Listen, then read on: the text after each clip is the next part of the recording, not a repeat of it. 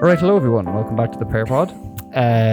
Strange enough, we have someone on before our next interview goes live. We have Conor Ryan going live tomorrow, 7 o'clock. Get in there. You'll enjoy it. We've been chasing down our latest guest for a while. We've been chasing him down. He's been brought up in a number of podcasts, and I'm delighted to say that I am now joined by Dublin's own Whelo fella. What's the crack, bro? How you doing? What's up, brother? How are you? Delighted to have you on, man. Thank you very much for coming. Don't laugh at that. It's true. I'm in like I had you written down here as the enigma of the Irish social scene, because I feel like people have or at least for me, I have a unique spin on who you are as a person, because I didn't know you at all previous to us doing TRE. Yes. And obviously in TRE, it's a very like health and wellness, motivation, believing in yourself, positivity and stuff. And then if you dig back to like some of your older stuff, it's slightly different character. So I'm in a kind of unique situation that I know the second half of Whelo, but not the first half. Cool. So I kind of want to dig into a little bit before we go into like TRE and stuff like that. Absolutely. And just kind of understand your journey a little bit. But first and foremost, what do you think like the general consensus is of Whelo in Dublin right now? Right now, it's a great question. It's a great question. I think before the fight with Mark, there was a different kind of vibe. I think people looked at me differently. Like, he's a tick. He's a dope. A lot of people still have the image from the first dates in their head, and that's how they still perceive me. So, but I think then after they seeing like me and Mark's interaction from the fight the last time, it was like, you know, he's actually a normal dude, and them two are sound, and I a much better response I think I have all around. I never really got much negativity off people when I was out, but now it's a lot more positive. Good question though. I could keep going on that. Yeah, go for it. Go for it. Because like obviously like the guy I meet now, absurdly positive, really nice, gets on with everyone. Everyone we've had a guest on. Great relationship with all those lads. It's similar to fucking everyone you've had on this podcast. If you put yourself out in social a bit, you get your like. You do though, because you respect it though. Do you know what I mean? Mm-hmm. You respect people putting themselves out there because you know that you're putting yourself out there to all the hate in the world that you could get, and then you can't knock the hustle. A lot of people do knock the hustle what people are doing, so that's really hate on that. Do you know what I mean? But you don't. So anyone you're getting on here is going to appreciate the hustle and not going to knock the hustle. You know, like we all have a little bit of a bond because we all get the fucking grief online and all that shit. So we're all in a little crew of that. That's it. In terms of your like early life, it's probably the only part of your life I don't know a lot about. I don't really know. I know obviously, like up to like your music career and stuff like that. I know you were in the army, but I don't know anything before that. Like, what was life growing up? What was the area you grew up? Stuff like that. Area I grew up, Ballycullen. It was an okay area. It's council estate, pretty normal. As council estates go, pretty mad as well as council estates go. Then. Secondary school, I was in Clostane in Rathfarnham. Great school, public school, good school. The funniest times I've ever had in that. And what were your like? What kind of things were you looking at to do post school at that time? Post school, I always wanted to join the army. I always wanted to join the army. That was me buzz. That was me dream. Like, you know, join the army, win best soldier, and then get into the ARW. I joined the army, I won best soldier, but I didn't get into the ARW. It's my only regret. It's my only regret. And was your dad in the army? Was that where they kind of No, my uncle. No, my uncle was in the army. Yeah, so he was in the army. But even before, I always had like kind of lure to the army. You know what I mean? Don't know what it was. What is the Irish military like? Obviously, people like I don't think anyone's really chatted too much about like what the process is of joining, and then what are you doing like day to day as in the Irish army? Yeah, great question. So in the I'm doing it, Mom. Yeah, so like you have your 6 months training that you do at the start. So the process is you apply, you do your guard vetting, and then you have to do 20 push-ups in a minute, 20 sit-ups in a minute, and run. I think it's 2.6 kilometers. I can't actually quite remember. I know when you're in there it's 3.2, but I think it might be 2.6 to get in. I can't quite remember. So done that, and then I waited like a year and a half to get in. And then there was a fellow I was in training with who took 2 weeks to get in. So year and a half in the meantime, I started working in a bakery, and I hated it, and I knew this was coming along, you know. So done the 6 months then, done 6 months training down at Athlone, and it was the best time. Probably that and the boxing team in the army were the two best times I've had in the army. Really intense training. It's so funny though. So it's some of the funniest memories ever is in training. I was a bollocks for laughing. I always laugh, and I never regret laughing now, because I knew at some stage that I'd look back on it, you know, and I'd laugh about it. It's mad. The two things you mentioned there, school and the military, both like very big brotherhood kind of things. Yeah. A lot of guys. You didn't have any girls in Closh No, yeah. no. So it's all blokes. You obviously get on very well in that environment. I presume people loved like the energy and like bit of crack you can bring to sometimes like more serious times. You used to get know? a bit of trouble though as well. Like people get a bollocking, as they say. But they want, like, do you remember that Malcolm in the Middle episode where Reese goes to the army and he's like, they love him because he doesn't say, he's like a robot. He just listens to orders and doesn't have any like impulse or anything like that. So you're kind of on that element. Not kind of the opposite. Like my uncle told me to become, Jesus, I can't remember the word he used. With the grey man, actually, he said, that's what he said. He said, become the grey man and don't do anything. But I kind of had a bit of an attitude going down. He called me the hard man from Dublin. And I did think it was a hard man from Dublin when I went down. And but it was just very funny. Do you know what I mean? And like the funniest was like your room inspections. You have...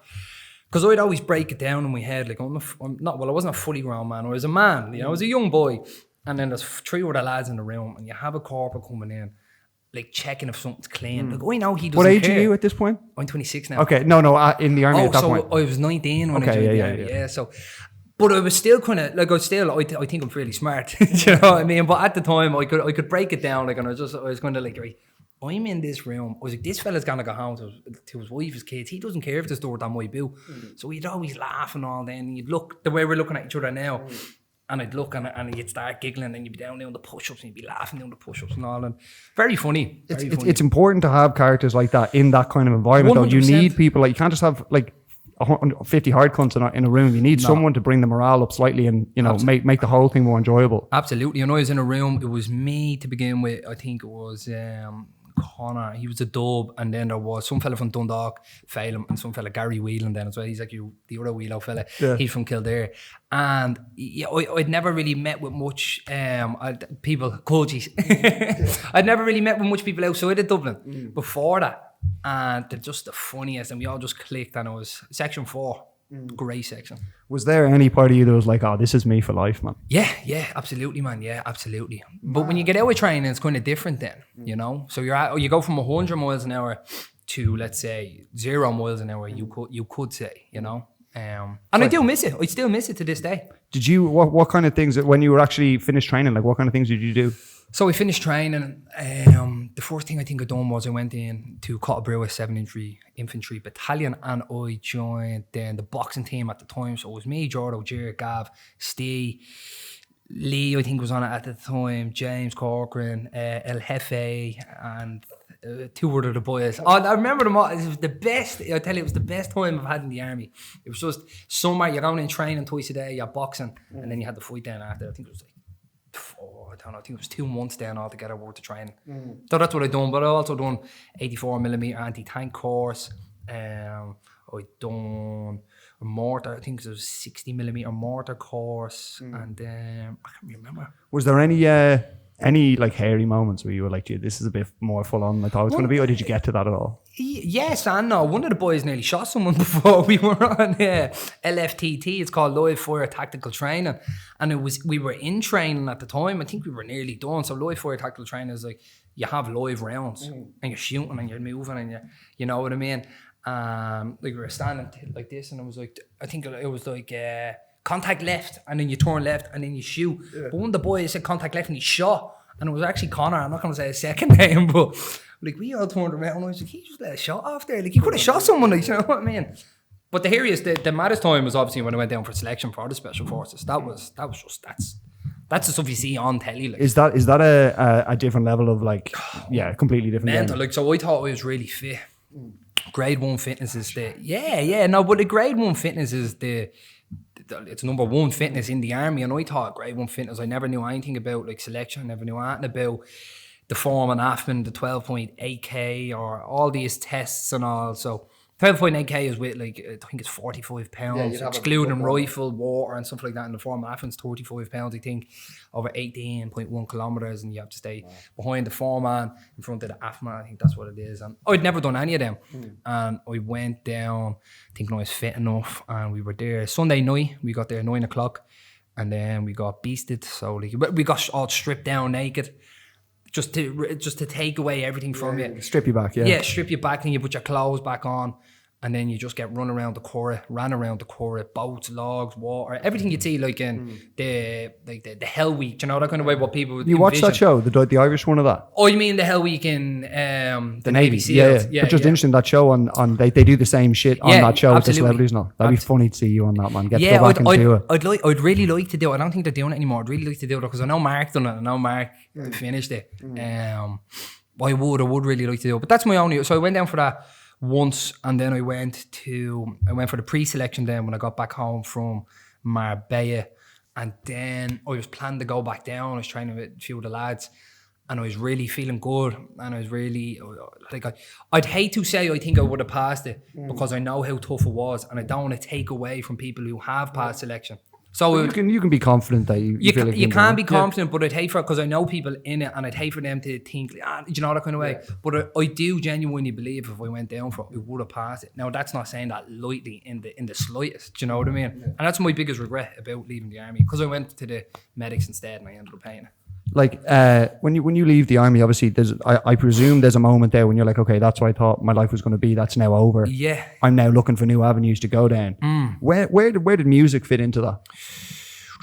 I don't know, man. I just I think I started. No, I made music when I was in the army because I got in trouble over it. But they couldn't actually charge me because there's civil law and military law, so they couldn't actually charge me though because it fell under the artistic rights or something like that. So I was allowed to express it. But it was said to me, I don't know. Yeah, I think because I was. Music aside then, I think because when I got into the medics, I felt like I was like a glorified receptionist, essentially, you know, after doing the training and doing the courses. The Hacksaw Ridge kind of crack. Like, I just, and then I regret, because I always said I was going to go to the college. I don't know why I done that. I always said I was going to go. That's what everyone does in college. But I always said I was going to go to college through the army, and I only went for like a semester or something like that. Went for a freshers week, and then that's good. Yeah. Just walk around in my uniform, thought it was lovely. Do you have a gun? Yes. It's at home. Show it to you. I was mad. I listened to some of your music today. Listened to Fortunes. Which? I'll give you my honest opinion. Lionel Ricky. Great song. There was the... Let me see if I have them on this.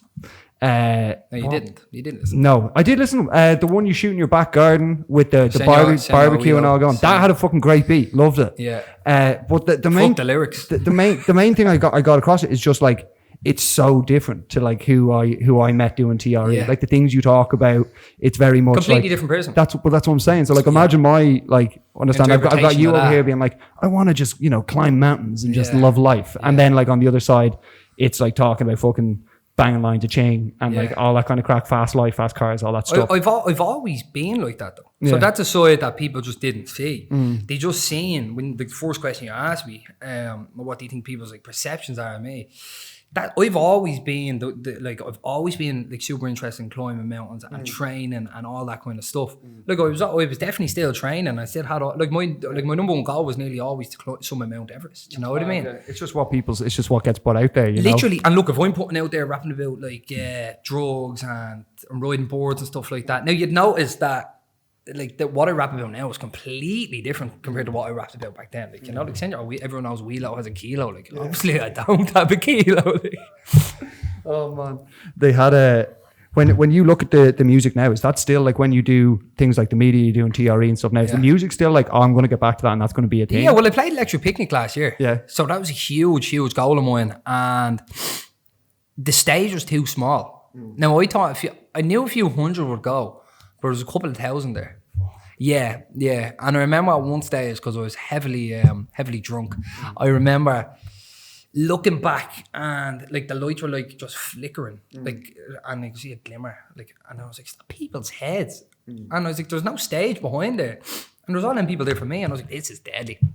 And is that like for a lot of people, that's like a moment that they've dreamt about, like going on stage. Were you performing your own tunes? Like, yeah. So like that's a fucking big moment. Like, yeah, big moment, man, big moment. But still, it's just not enough, and that's something I suffer with. Do you know what I mean? Yeah, you've an unquenchable thirst like for success. Yeah. That's wild. Do you have like when you said that you made the transition from like one style of music to like what your lyrics are talking about, things like that? Yeah. Do you get the same fulfillment there talking about the deeper stuff, talking about like your life mentality, all those things versus the other stuff? Well, Do you know what? Sometimes it's kind of mixed. A lot of time, inspiration is taken from women that are in my life at the moment. Take your pick. Like. Yeah, no. But sometimes, and a lot, you know, a lot of big rappers get inspiration from women that they're seeing and stuff like that. So some songs are influenced by girls that I see, and then there's lyrics in the songs as well saying, I talk about stepping out of the comfort zone. Do you know, like that? I can remember that. Out of the comfort zone. That's in one of my songs. Do you know what I mean? So they kind of play in together. But the next song I'm releasing is nothing about mindset, all about. And he's going to perform it for us live. Imagine. You mentioned girls there. We've had a little bit of crack about you've mentioned it in little clips. Like people don't even know with TRE when we film that. There's so much shit that stays on the editing on the floor. Of course, has to. And you always shout out the mots. Like you always shout the women in your life in a very I guess in like a way you're being like, I couldn't have, it made me the man I am today, every ex. It doesn't seem to be any negativity with you towards them, at least on your end. Yes. Are you always like, number one, as a partner, like, are you like in those relationships, are you a big love? Are you like 100% in relationships? Or are you like, the eyes are always I don't know. looking around? Or have you not met the bird? No. I've never cheated on any girlfriend I've ever been with. Mm-hmm. You know? What are you laughing at? But I agree. I've never cheated on any girlfriend I've been in a relationship with. Seeing someone is different because you're only seeing them, do you know, that kind of way. But no, I've never cheated on a girl I've been in a relationship with.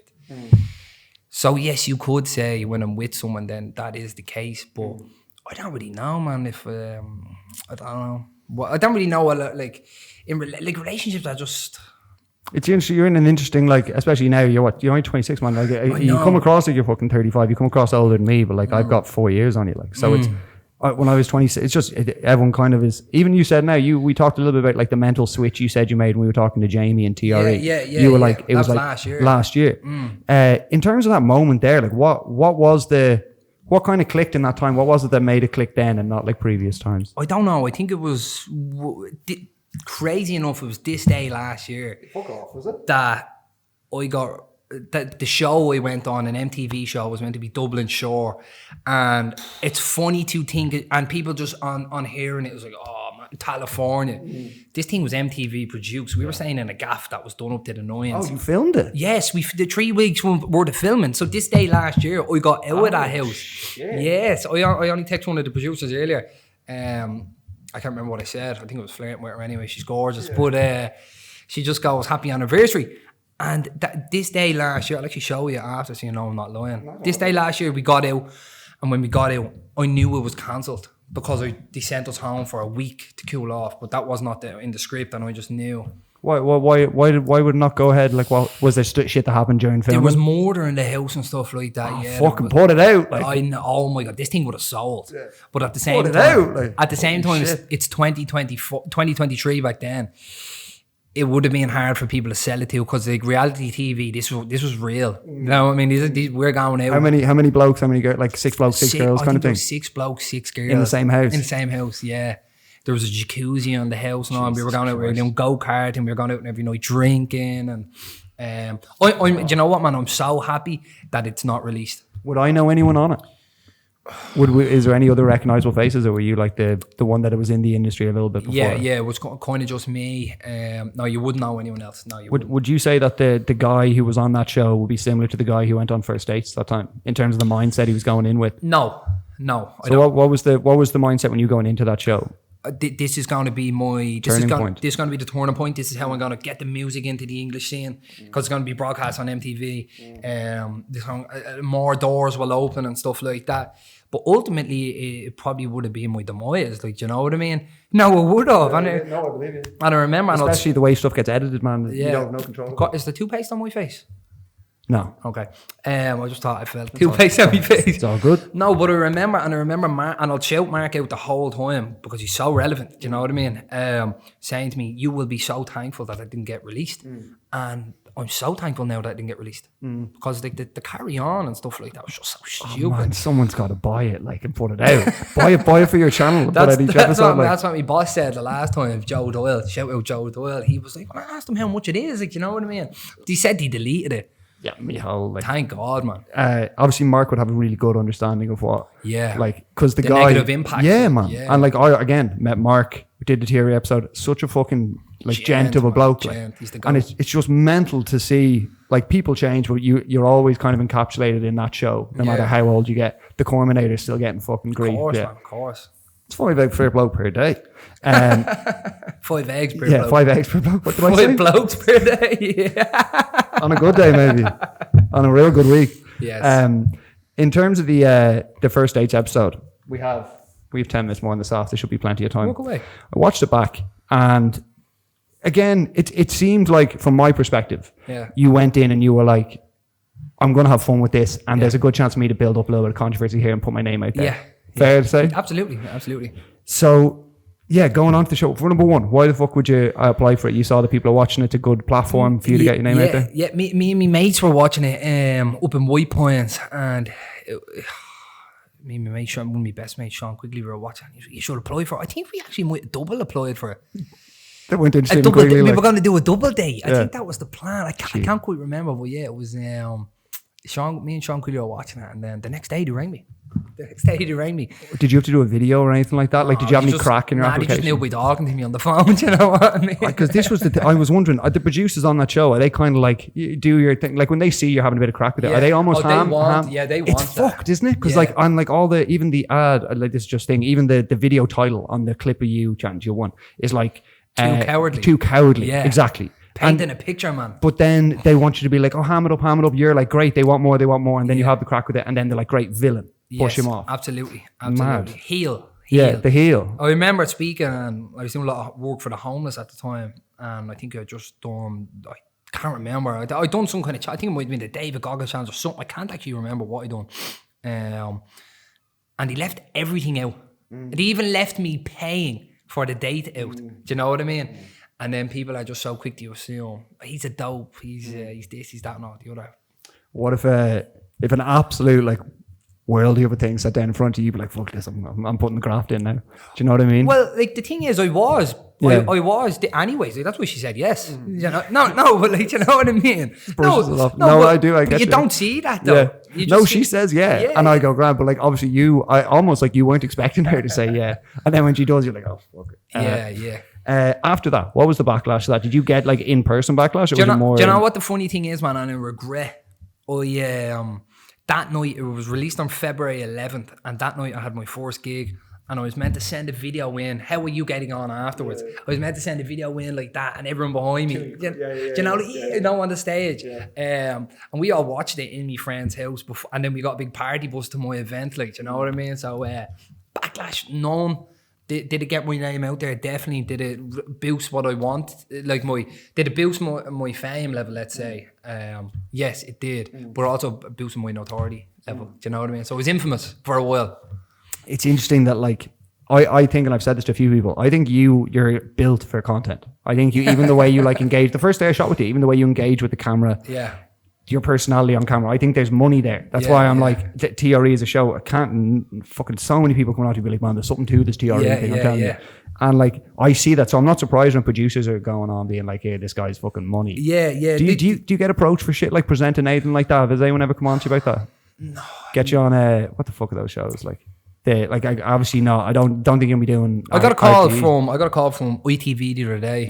Asked me to go on a show about getting back with your ex. Yeah. Do you know what I mean? And I was like, I'm blocked from two of them, and I don't speak to the other one. But I do get approached, because when you're in, and then I went for Big Brother last year. They approached me last year, and then I went out and I done the interview, and I got in a really heated debate with like let's say a left wing side, and I was the right wing, and I didn't get through to the next stage or anything like that.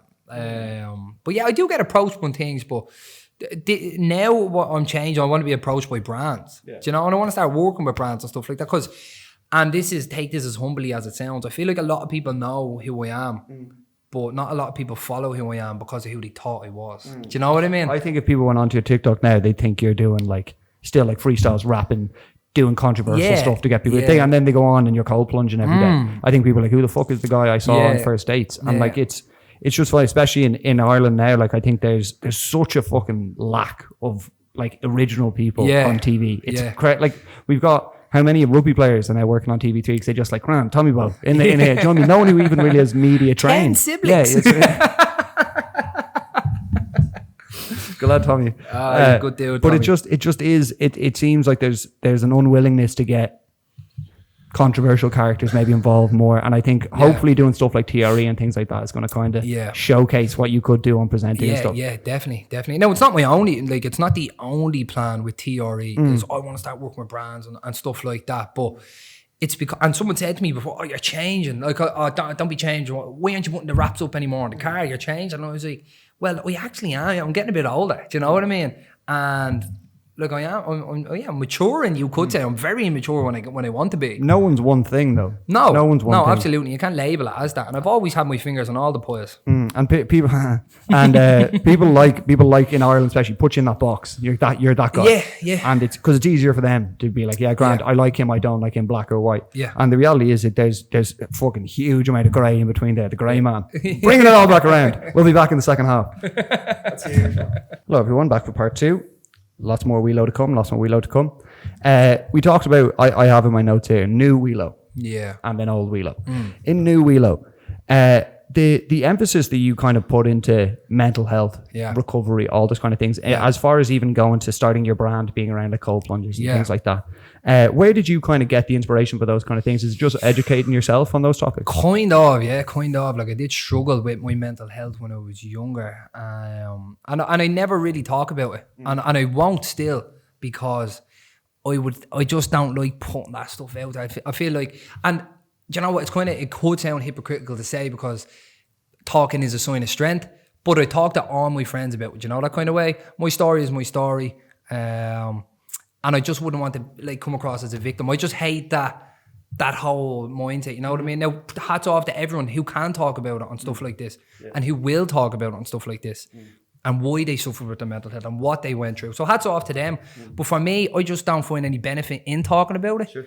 And I think it's like, as long as you're talking about it to someone, that's all I give a shit about. As long as it's getting out there and you have a platform to talk to people on. Yeah. I think there's like a nice balance between, some people need to hear it on TikTok and shit, because they feel like, especially when people are younger, they feel like they're the only people experiencing these things. Yeah, of course. So there is there's a balance there between, I don't want to fucking be putting up things every time about people feeling like their hard times and stuff. And they do well. They do well. You know, and they do well. It's a combination of fucking shut up moaning and wow, how amazing for you to open up about stuff like that. Because like I had Chris Connolly on 5K with Chris, who will do 5K with anyone. He's running 42k a day now for a week. Wow. Wild man. Wow. He I couldn't get him to not be as open, and he's obviously found huge success and like strength and being able to be honest about that. I have other people who are like, I don't want to talk about that shit at all. So I again, for me, like I've been open about my shit that goes on with me, but like I don't expect anyone else to do that. No. It's mad that like I think you're doing a great thing now in terms of even a TRE. All the subject matter you guys are talking about is about how to change your life in a positive way. Yeah. You know, how to put down goals, how to achieve those goals, and how to look after your body. Yeah. So that kind of change of mindset, I think you're doing that job anyway. Absolutely. And then for the younger people that are struggling with their heads and stuff like that, it's another reason why I don't talk about it now. It's different because I'm older now and I'm not going through the shit I was going through when I was younger. Sure. Do you know what I mean? You're not in the midst of it, so it's easier to say now, but it's kind of, if you're not like, you don't actually need to hone in, because look, at the end of the day, it's not your fault. What is it? It's not your fault, but it's your problem. It's not your fault, but it's your problem. Yeah. And when you realise that, then this is why I'm such a hard worker. I think I'm such a hard worker, and I'm really hard on myself, because nothing was my fault, but it's my problem, and no one's going to get you out of shit but yourself. Do you know what I mean? Mm-hmm. So I feel like talking about it's just like you're holding on to, oh, I can't do this because of that. Yeah. Do you know that kind of way? Yeah. I don't want to be labelled as that. I can do this because of that. Yeah. Oh, I'm doing it in spite of that. And in spite of that. Yeah, it's not, nothing's going to slow me down. And you're almost not even giving any power to that. Fuck you, man. Yeah. Hi, Mum. Freudian slip. They have when you talked about, this is an interesting thing, and probably one of my biggest questions I want to ask you.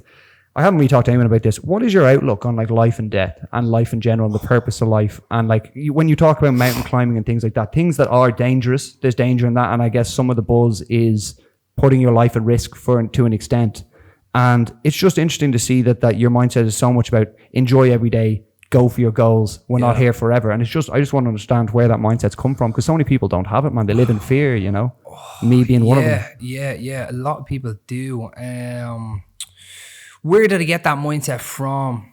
Probably growing up, probably growing up. I'll touch a little bit on it, but probably growing up, I was surrounded by a very negative, let's say, person. A very negative person. Environment. A very negative environment, very depressing environment. And you could say the person was depressed. Do you know what I mean? And I've seen Jimmy Carr talk about it before. When someone like that suffers with depression, they're trying to be happy or they're trying to make them happy all the time. Do you know that kind of way? And you could say I still kind of have that, but now I've just warped that into trying to reach goals, putting that pain into trying to reach goals and trying to get stuff like that. But when it comes to like death, climbing a mountain, like what a way to go. You know what I mean? Like Go down swinging, like. Climb Mount Everest. But I don't really think about death and stuff like that. It doesn't really scare me. I know a lot of people do think about it though. All the time, man. Yeah, People so worried about I'm their too health. fucking busy, man. Yeah, You know what good. I mean? Yeah. But like I talked with McGregor so much on this, but he was like, he did some quote in one of his interviews for Roundhouse or whatever it was called, Roadhouse. He was like, if you live in the if you live in the future, you're going to be worried. If you live in the past, you're going to have regrets. If you live in the middle, it's perfect. If you live in the past, you're depressed. If you live in the future, you're anxious. But if you live in the now, you're happy. That's what it was. And like, man, I've Because it stood out to me. That's what it was. Yeah. I've had huge issues with that, man, and just worrying about, well, this isn't going to work out down the line. I've got issues here, and just dealing with dread. I'm a big one of them, though. Yeah. I'm a big one of them, and it does play on me, especially for wanting to do so much. And why haven't I there? Do you know? Why haven't I here? And then sometimes if I'm just driving in my car, I'll be listening to a song, I'll be like, I'm happy. Do you know that kind of way? But then a lot of the times you're like, when are we going to get there? You know? And it is hard, man. It is hard to think, to be happy where you're at, especially with everything you're seeing every day. You open Instagram and someone's doing something mad, you're like, why am I doing that? Do you know what I mean? So it's diluting out there. And then, but like in the same way, people probably look at you, Yeah. nice fucking whip, beautiful car coming in with that you work hard for. They probably look at you and be like, man, I want to do what Whelo's doing. Yeah. And I want to have a show and I want to have cool guests on. So it's just everyone's looking up. I You know, what I mean? and comparison is the thief of joy. It fucking is, man. Yeah. And like social media is such a bastard in making people feel like, why am I achieving the same thing these people are achieving? I know. I do think I wouldn't have it. I do think I wouldn't have it if I wasn't who I was, which is so like what do you mean? Do you know what I mean? Yeah. But if I wasn't doing what I was doing, and if I didn't like making music, and if I wasn't seeking validation that I craved as a kid, maybe I wouldn't have a social media. Well, one of my best mates doesn't have social media. Healthy fucking place to And be. he's the smartest person I know. And probably, I'm not taking the piss, probably one of the happier people. The most content person I know. Him and my brother. That's fucked, man. Because Yeah. like it's only getting. I talked about this in the last part with Connor about social media and kids and like the way the world's going now. Yeah. And, we just missed that. Do you know what I mean? You I'm probably, so happy that I missed that. and we've had the golden generation of childhoods. Definitely. It'll be the best one. Definitely. Do you want to have kids, family, that kind of stuff? Oh yeah, absolutely, man. Yeah, absolutely. And we convert to Islam. Big love. Yeah, just find peace, like. And just find peace. Like I seen John O'Carroll, shout out John O'Carroll, he's had to convert to Islam, and you just see him so happy, man. You just see him so content and living the healthy life, the very healthy lifestyle he's living now and stuff like that since converting over. I presume most people do. But yeah, I would like a family and kids and stuff. Of course, man. Of course. That's why like kind of now, like I'm 26 now. Yeah. So like now if I am, no, never mind. No, listen, when it comes, it comes. But like I think I'm hitting 30 this year, man. Do you know what I mean? And I'm fucking. Yeah, you want to get the whip out. I need to figure some shit out. Like it's getting bad. But we'll worry about that another And what episode. does it affect you? Like sometimes, like no. But I'm fucked off. I didn't do the things I'm doing now. When you 5 were years younger, ago. 5 years ago. I'm young. Yeah, But like, yeah. no, 100%. I know you're As soon young, as I yeah. started the podcast, I was like, Why didn't I start? why didn't I do this fucking 5 years ago? All the growing pains I could have done 5 years ago. But look, at least I'm fucking doing Why it now. didn't I start TRE 5 years? Exactly. You know what I mean? And like, at least now, but like, I also think I wouldn't have been as good you can say I'm good or not, good as a podcaster because I had no life experience in fucking Well, 20, you wouldn't have. 20 fucking 2 years. No, What do I have no. to talk to you about? Yeah. What do I have to know anything about business or anything like that? Yeah. Same with you and TRE. If we'd done TRE with Whelo when he was 22, Do you know what I mean? Like you'd be coming up with childish fucking and- jewels and all on. yeah. Like, No, it would have been. It just would have been childish and stuff like that. And that's, I think you see a really good side to everyone who comes on TRE because you're there to train, you're there to do some recovery, you're there to eat. So you're seeing all sides of you. You're seeing when you're stressed out training, you're seeing when you're stressed out. incredibly stressful situations. Cold. Like, yeah. And then you see when you're happy when you're getting some nice food. Do you know what I mean? In terms of TRE, man, what kind of dream guest do you have on that show? What kind of people would you love to have on? It's a really good question. Really, really good question. I have thought about it. Like you have like dream guests, and then you have like This guy could be I'd feasible. love to get, and I know you've done work on it, I'd love to get Rob Lipsett on. You do it, man. I would love. So Rob, if you see this, reach out to Sam or reach out to myself. TRE. No, I'm his manager. He connected with me. Yeah, I'll sort that out. Train, recover, eat. I would love to get Rob Lipsett on because he's a cool dude. He's a really cool dude, and he was, you could say, the start of the fitness influencers in Ireland. He's the OG, like, do you know what I mean? It's fucking unhealthy the amount of people that have been like on this podcast and Dangerous Man Focus that I produce talking about Rob. He's just a go. And like and fucking he's picking out tiles for his new Marbella villa now. So like the guy fucking did it. Like no matter what you think about him, the guy went out and did it. And why would you not want to like try do that yourself? Do you know what I mean? Fuck him and his great life and his lovely house that he worked so hard for. Like we talked about hate a lot with Conor Ryan. I don't really want to get into it again. No, it's fine, but I don't actually find many people hating on Rob Lipsett. Do you know? No, I see a few. I know the kind of people that would. You know, losers. Yellow-fingered rolly smokers, as Tom Carty said.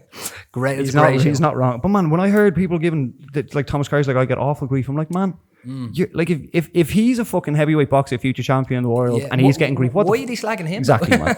Exactly. Like what? The guy's fulfilling his dreams, trying to do something good for his area. Like it's wild. Yeah. No, I'd love to get Rob Lipsett on. Tom Zanetti. I'd love to do something with Tom Zanetti. I'm just a big Tom Zanetti fan. Do you know what I mean? In terms of the scrapping, is that the end of the scrapping for Whelo? No. I might go out and have a few drinks and have a straight later. Yeah, it's on there. Do you have a? But like you said yourself, your drinking has gone way down. So do you mean scrapping or I mean scrapping. I mean like UCC. I mean like versus Mark O'Neill, that kind of crap. Well, funny enough, I just spoke about him there. I did call Tom Zanetti out, and I'd love to fight Tom Zanetti as well. I think he's short. I think you'd murder him at range. Like no, I think he's tough. But look at the size of Mark. Yeah, you know what I mean? Fridge. Yeah, a tough dude. Yeah, I will fight again. I think I will fight again. Do you enjoy the process getting ready? I can see like the whole training process and locking in for 6 to 12 weeks is something that you'd enjoy. Good. Yeah, it is good. It's really, I do really enjoy it. And in response then to your other question, yes, I have completely knocked the drink down. I've drank 3 times this year, and I don't think I'll drink again until July 14th. I have thought many a times about going sober because drinking just doesn't, if you have goals, dreams and ambitions and you're out drinking, it doesn't formulate into success. Do you know what I mean? And it doesn't do me any justice. And I know that. And I hate when I go out drinking. Like, why do you do it? I feel like you're never in control, I don't think. But are all your best mates looking forward to that night out, and it's your chance to socialise with all your friends? So like it's, if I'm in the WhatsApp group and all the lads are going out on Saturday night, I haven't seen the lads in a while. It's just the way people socialise in Ireland. It's not really let's kick a ball around anymore. Like it's more so we'll meet you and we'll have a few pints. It just turns into what it does. It's something that I've gotten good at is actually sitting in. So it's hard to sit in when you're young, and you're not too bad at getting the girls, and you're single. Yeah, preaching to the choir. Yeah. No, but like I'm joking. But but look, if you're young and you're single, and there's people going out on the weekend. And obviously every young lad wants to go out and talk to girls and stuff like that. Being able to master sitting in on the weekend is something really, really good. And I have learned to do it now. But I couldn't do it because I didn't like the environment I used to live in. And I'd want to do anything to get out of it. But now I love where I live. Do you know what I mean? And I don't mind sitting in. Well, now when you've got, I think it's easy when you've got, especially with your when you don't really care about what your Monday to Friday looks like and what's going on. You're just like, I just have to recover until next week. Whereas like now, I would say from looking at you seem to be the most fulfilled that you've ever been in terms of you understand where your passions are. Yeah. You're excelling at work. Yeah. You have projects on the side you're looking to push. Yeah. Like it seems you're in a place where you're really finding your feet and like understanding what your next 10 years might look like. Yeah, hopefully, man. Like, hopefully that is the case. I do think sometimes, geez, what am I doing? Especially when I drink. Especially when I drink, I'm like, what am I doing with my life? And everything that's going good, it flips on its head and it's going bad. I'm like, geez, what am I doing with my beanies? What am I doing? Why am I doing my ice baths anymore? Why am I not going to do everything? And it all extends from drinking, I think, And then when I don't drink, this is going well. This is going to work. I ain't going to make millions here. I'm going to do it. Do you know what I mean? It's the anxiety you get after. It's Riddled. just real. It's just real. Like, Riddled. And then the less you or the more you drink, obviously you can kind of just you get more comfortable with that feeling. But when you don't drink a lot, then that anxiety hits you on the Sunday. You're like, I feel like I'm going to die. Yeah, Yeah. It's a sick cycle, man, and so many people are caught in that cycle. Well, we're unfortunately. Oh, it's the bike. What? It's my dealer. One sec, bro. Into one sec. It's you mentioned the brand there that you started, the Baltic brand, Baltic and you beanie. have. I actually haven't talked to you about this, but I do want to have a chat with you about that. But first of all, Go for it. The did you talk about Baltic bats there for a while? And Yeah, like Baltic bats are in the like, they're just not getting clearance. Yeah. They're just stuck. They won't deliver them. So Baltic bats, yes, Yeah, that's the and thing. that's going in with the beanies. They're like, going in with the beanies, yeah. So I'm gonna wear my Baltic beanie and my Baltic bat. Do you know what I mean? And in terms of is there like when you see the saunas, the fitness spots that are all around Dublin now, like the kind of those healthy spots, do you see like a Baltic spot where you'd be able to do that? Is that where the future of the brand looks like, or what do you see the future looking like? I've thought about it a few times and stuff like that. Open up my own ones of them, like, you know. And I could really see it happening, and I can see what I want to do is I kind of want to. So obviously I'm going to do Kilimanjaro in September. I'm going to wear a Baltic beanie on top of Kilimanjaro, which I think, you know, bringing Baltic beanies to new heights, you know, something like that. Yeah. So something cool. The bats though is, and that's another thing. Like, it's why not? Like, like Pat Flynn said to me, you've seen the thing. Like, he knows me for doing ice bats. Do you know what I mean? And other people then know me for doing other things. But yes, the Baltic bats are going to be really, really good. And like, it's just cool. I just think ice bats are really cool, man. For the head, is especially like it just. I had a great one today. 10 minutes in the sauna, and then 4 minutes head under when you first get in, and then 4 minutes. No fucking bother, mate. No fucking bother. Yeah, you're doing well when you get in on TV. Easy work, man. Easy work, man. More so the fucking. Unlike Jamie. It hurt me more having to fucking get the rig out in front of Jamie in my jocks now, and he'd be like, "Oh, you're a fat cunt." All right, yeah, go on, son. Yeah, he's in some shape. Fair play to him. He won that thing. Did he win it? Yeah. How'd you get on? Oh, me and Mark played. He's just an animal, Mark. Is he? He's just an animal. Yeah, we done really well. I think we were coming first, and then we kept. We're doing it. No, we were doing the wall balls, right? And then they came on, they're like, "Oh, they're not doing it right." And then loads of people were like, "They're not doing it right." I don't know what we weren't doing right, but then we came. I'm gonna say we came fourth. And in terms of that, as like I've personally, like, that style of fitness is a motherfucker. Do you get a buzz out of that? Yeah, of course. You get a buzz out of any kind of fitness. You know, anytime you step outside the comfort zone, you're gonna grow. I hate that comfort zone. There's no growth in the comfort zone. There's no comfort in the growth zone. So that's why me and Mark done it. We didn't train for it, but we're gonna do the next one, and we're gonna train for the next one, and we're gonna win the next one. Do you have a number one focus for 2024? I was looking at my goals last night. Drink on special occasions was one of them. Get a new car was one of them. Tick. Have that. Grow. Oh, I think I want something to do with Baltic beanies. Kilimanjaro was a big goal for 2024. Just stay on a healthy enough path. Stay away from the drink. Just try to keep my mind sane. Do you know what I mean? Are you good with like spare time? Are you good when you're like no? You need to be doing shit. Need to be doing shit. It's interesting. Yeah, I if you asked me what's one thing I couldn't live without, you can ask me. What is one thing you couldn't live without? My diary. I can't live without my diary. I have to do a to-do list every day, and I have to be ticking things off. Because my mind, I could be riddled with ADHD. I don't know. I don't think I have it. But because so many things come into my head so fast and blah blah blah, I have to write it down and then tick it off. And it's a sense of accomplishment. Conor Ryan has ADHD. We talked about that a lot in his podcast. Yeah, and he was like, I can't. Diagnosed? Yeah. Okay. And he just can't. Not that he can't, but he's like that. He's just like, it's just go. And he's like, he doesn't have, one of his big goals for this year is to get more structure into his day and understand what he's putting time into each thing. Okay. It's funny how the amount of successful people who've had in this podcast that just have all the same shit that they deal with. It's all the same kind of stuff. Yeah. In terms of Kilimanjaro, are you doing that alone? I'm doing it with one of my best mates, Connor. They're doing it together? Yeah, we're doing it together. It's going to be really, really funny. We're doing it with Pat Falvey. He done the 7th. He's the first fella ever to do the 7 summits twice. Fuck me. Yeah. We done Claren 2 Hill with him there. Jeez. What's Claren 2 Hill versus Kilimanjaro, just to put it in reference for people? Claren 2 Hill is 3,000 feet and Kilimanjaro is 20,000. So I think it's 19,080 or something. So multiple days. 7 days, I think. 7 days in total. Yeah. That's insane. And so there's no nerves for you to be like, oh, look. No, nothing at all. Not even in the. It's just the excitement. I can't wait to do it because I just don't think I'm not going to be able to, even with Everest and stuff like that. You know what I mean? And that's not taken away. Like I said with the ARW selection thing, that's not taken away from people who have done it. I just do think the only thing I haven't done is basically that. You know what I mean? And I just think I know I'm going to get to the top. So what would I be afraid of? It's interesting that do you think Well, you said that was a goal that you've had for a long time. Like that's Everest. that's something that's been on your list. Yeah, I had 101 goals. I read the Law of Attraction, I think, a few years ago. Jack Canfield, after Conor McGregor's first birthday, I think it might have been 2014, could say 10 years ago. Yeah. And back when it wasn't cool. Yeah. And like all the quotes and stuff in it, like that was really cool. The Law of Attraction, Jack Canfield. And one of the things in the book is like visualization and like standing on the edge of like a cliff and stuff like that. And I was just visualizing me standing on top of Mount Everest. So I still have that vision in my head. Do you know what I mean? And I know I will do it.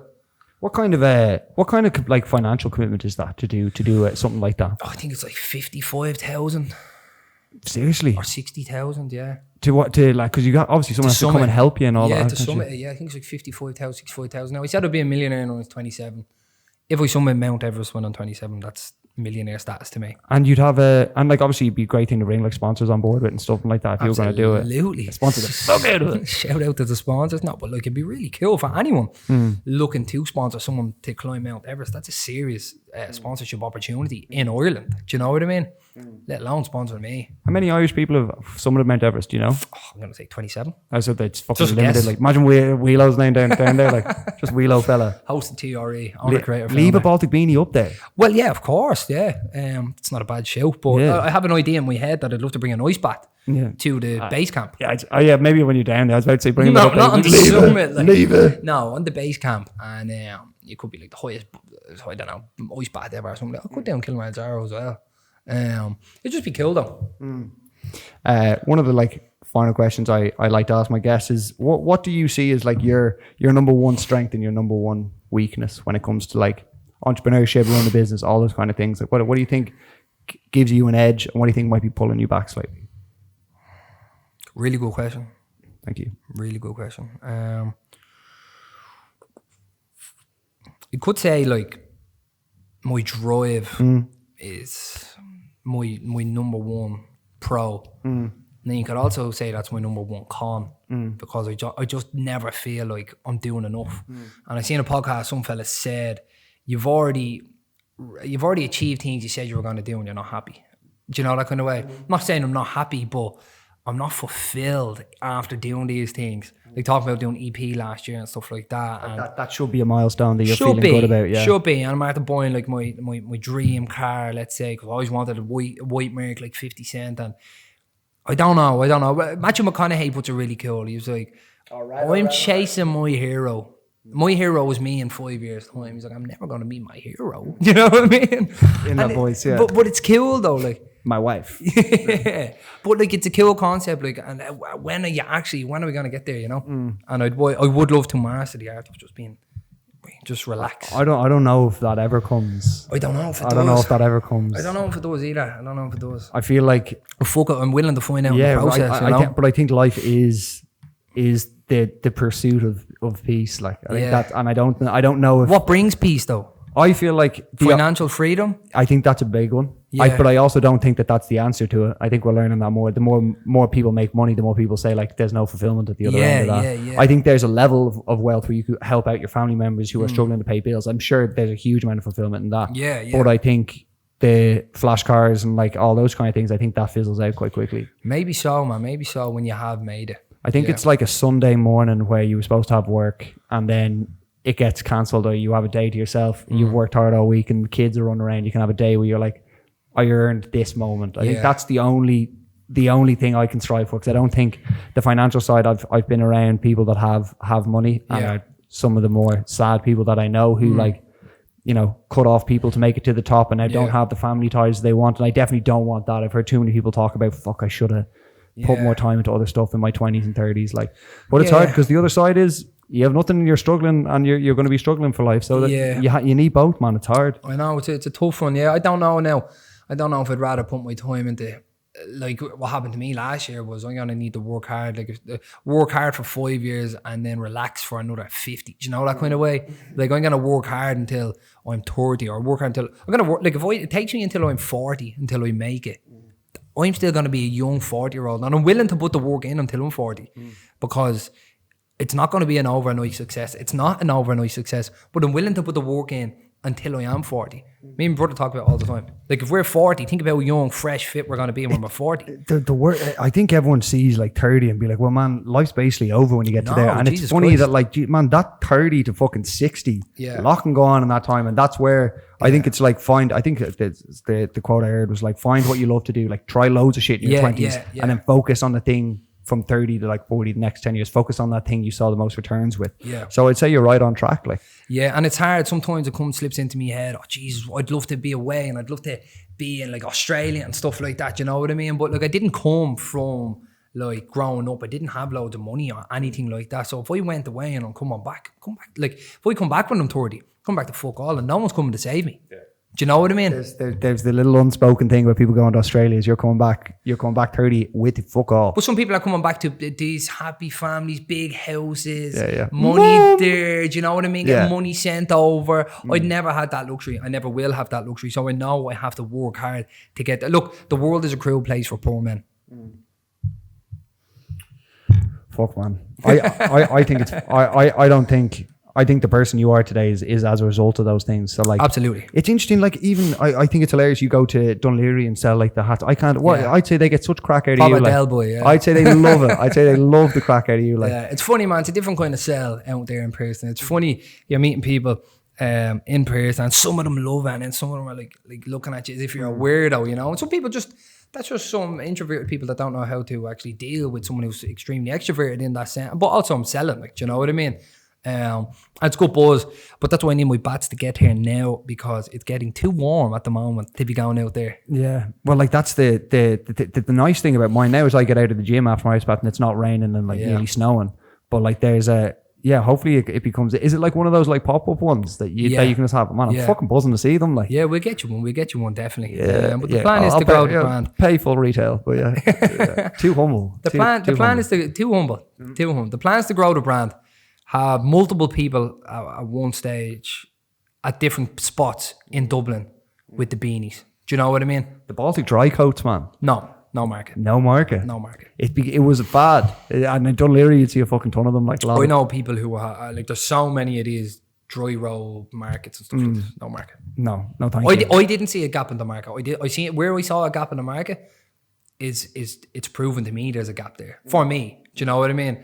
I'm willing to put my feet on the ground and go out there to the demographic and sell to these people and build relationships with these people. I pulled up the other day and it's starting to play out then. Like when I start with the music and you hear people listening to it and sharing it. I pulled up the other day and someone was wearing a Baltic beanie. Huge. At the 44. And I'm like, this is cool. I told you that shoot I did up in Rocky Gym walking set. Man walks in with a Baltic beanie. There you go. You don't even know, man. I know him. That guy fucking sucks. That guy. But I seen that guy's dick. That guy. Facts. Breathtaking stuff. Well, look, man, that's a fucking hour, believe it or not. Absolutely. Thank you for coming on, man. Thank you. That was so nice to learn a little bit more about you. You're an interesting cat, man. You're an onion with many layers. I think we peeled a couple back today. Thank you. Yeah, lads, you'll see him over on the TRE. If you haven't seen TRE, what the fuck are you doing? There's 3 episodes up right now, ton more on the way, and there's a future in that, man. I'm telling you, that structure is money. I love it. Yeah. Lads, get over to Whelo. You know where he is. That Whelo fella and everything. And show him some love. Shop will be up a mountain this time next year. Thank you. Cheers, lads. Talk to you later. Thank you, brother. Peace. Yes, sir. Thank you, my guy.